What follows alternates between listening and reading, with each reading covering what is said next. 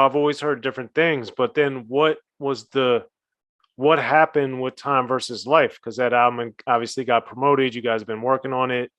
Hmm. What's the mystery of that? What happened? Yeah, that's the greatest question ever, man. I always say, man, it was just some business stuff going on that was kind of above our heads. Being that we were just in that artist mode at that time, I know Tony Draper was just dealing with a lot of business stuff that he was trying to, keep the label afloat. And, it's really no clear cut answer to what happened, but it just got shelved with everything else. It was just a big pause button on all the projects that happened, but we were so close. We had the album cover, we had the tour planned out. The album it wasn't completed though. I would say that like we had, you know, more than 10, 15 joints that were scheduled to be on there, but we were still in the mode of, we wanted to add more stuff. And like I say, it was just really more of the adults were doing business, and it was just kind of one of those things where we just we just kind of laid down with everybody else. Once everybody moved away and all the calls stopped, we all just kind of like faded into the background, went back to Chicago. It was just one of the most life-changing things ever, being so close and being so, you know, um, beloved with the success of that Lost album. We had so much momentum that would have, took us there, but it was just something, man, with the business aspect between Universal and Suave House that, I don't really have an answer for that. But ironically, we stayed in touch over the years. I saw Tony Draper probably 3 or 4 times after that over the years, man, and we still family to this day. And us and Ball and G, we all still family and stuff like that. But it was just something that was just out of our control that we couldn't do anything to revive at that time. So unfortunately, we just all kind of just faded to black, man. But yeah, we were so close. We were so close, but no cigar, man. Couldn't make it work. So, of course, you had some songs and other things that had come out at around or around, Evil and Innocence. You had lots of other stuff that was going on that people know. Yeah. So, how personally, how and creatively, how did you guys and you personally deal with that sobering reality of, man, we're in LA, we're in New York, we're in Houston, and now we have none of that and we're back in Chicago. How did you deal with that? Man, it was hard. It was really hard. It was like, um, I turned 21, at Suave House. It was like, having to turn around and just go back. It was one of those things that was really, um, it was just life changing, man. It was embarrassing to come home, after all the big hoopla. And it was just, it just took time of us. I think I personally kind of just went into the shadows and I didn't want to be seen. I didn't want to talk to anybody about it because it was such a big story and a lot of questions and people, wanted answers like why, but it took a long time for me to mentally really just understand that that's just how business goes, especially the music business. But yeah, man, still to this day is something that in my subconscious, in the back of my mind, I can still remember how I felt during that time. I could remember how I felt, at the height and when we left. It was just a thing psychologically that we just had to take care of ourselves and take it back to the underground. So, that's when I created the Psychodrama Greatest Hits, and I kind of, you know, pasted together a bunch of stuff that I knew our fans wanted and gave them that.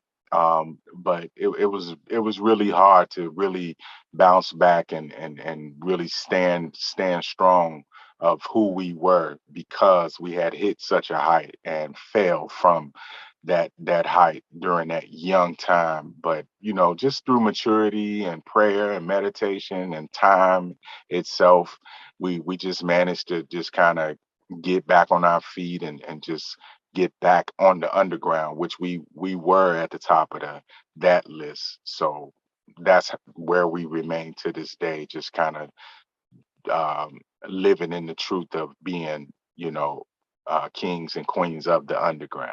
And we just took that, and that's the badge that we wear proudly.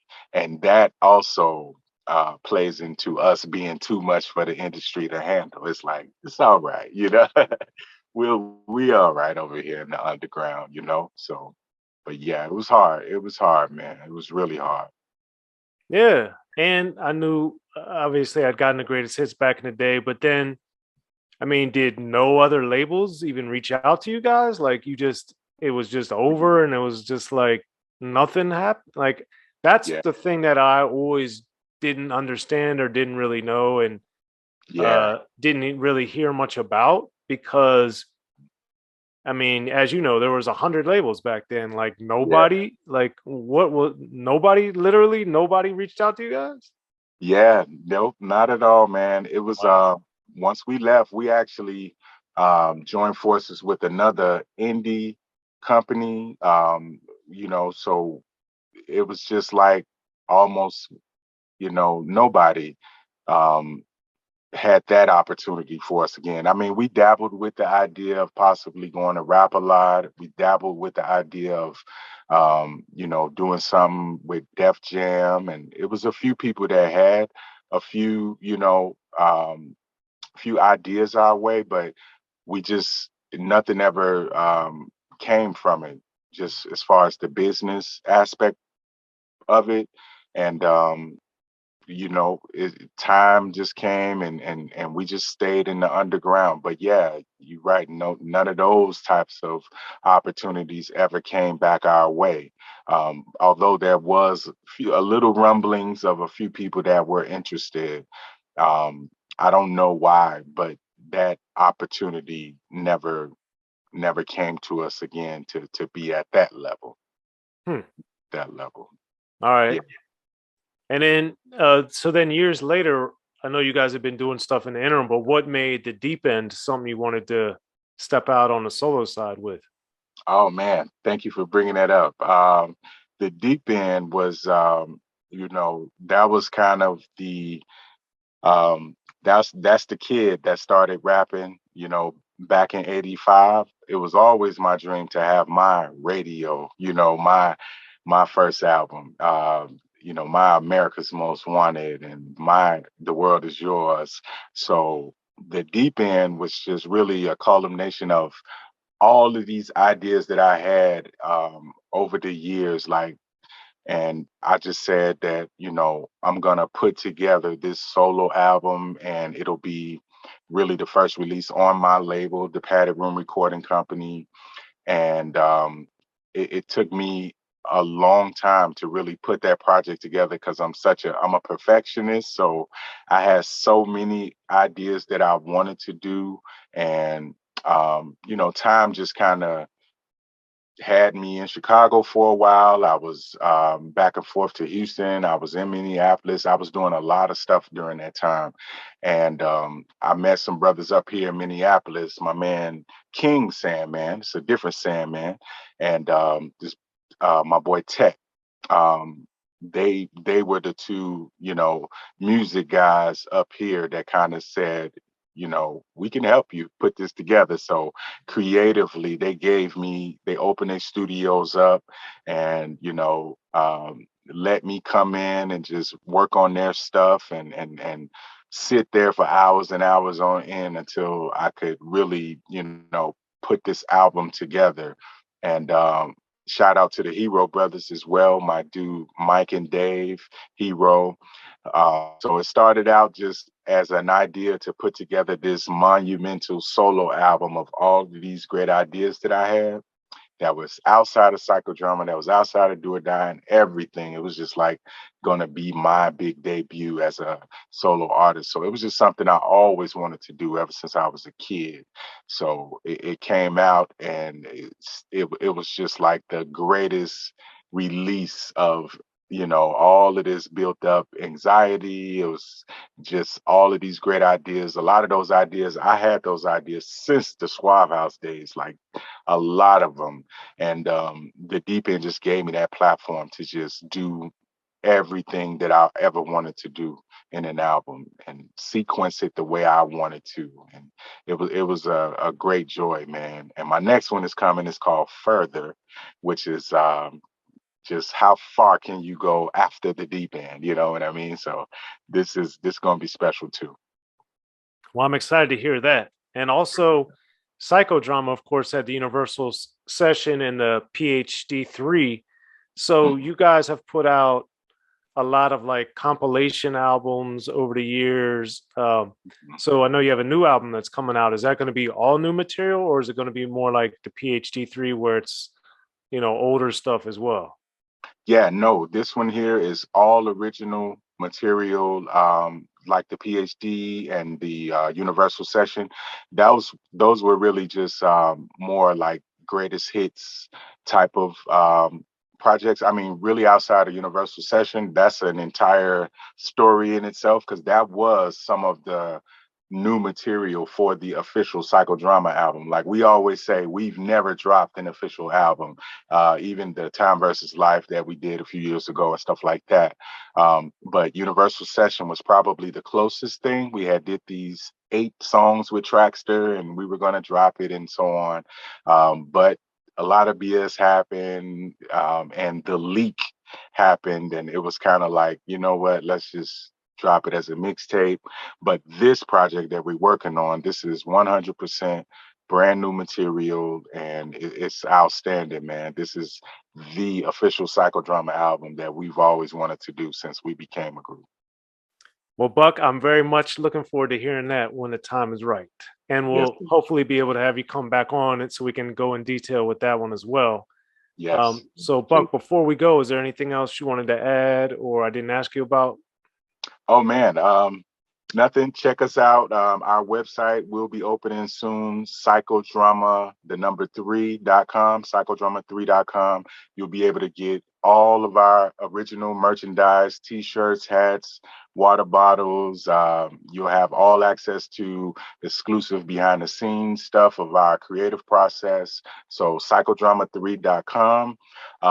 Side and Nuisance are working on projects right now. Nuisance actually has a project out right now called No Cops. Side just dropped another compilation called Let the Sideshow Begin. Me and Direct from Triple Darkness, we have the Scattered Bodies project that's out right now, and we're working on part 2 of that. He has another solo project he's working on. The new Triple Darkness album is coming. The new Drama Award album is coming with all the crew members together.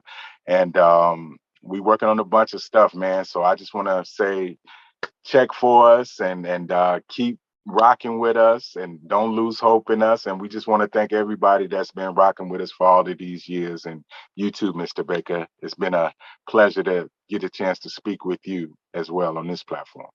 Yes, it's been a long time coming, so I'm glad we made it happen. So, Buck, thanks for coming through to Unique Access. Look forward to you coming back, man. Thank you. Thank you. Thank you. It was a pleasure.